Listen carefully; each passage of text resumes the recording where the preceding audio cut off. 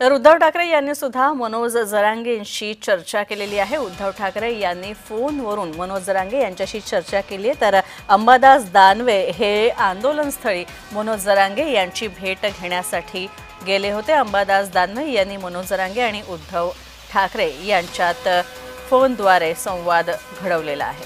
तर उद्धव ठाकरे काय म्हणाले ते पाहूया।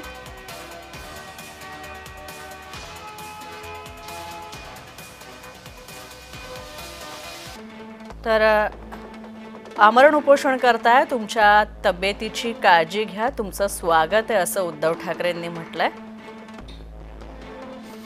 तर मुंबईत आम्ही तुमच्या सोबत आहोत, महाराष्ट्रात सुद्धा तुमच्या सोबतच आहोत।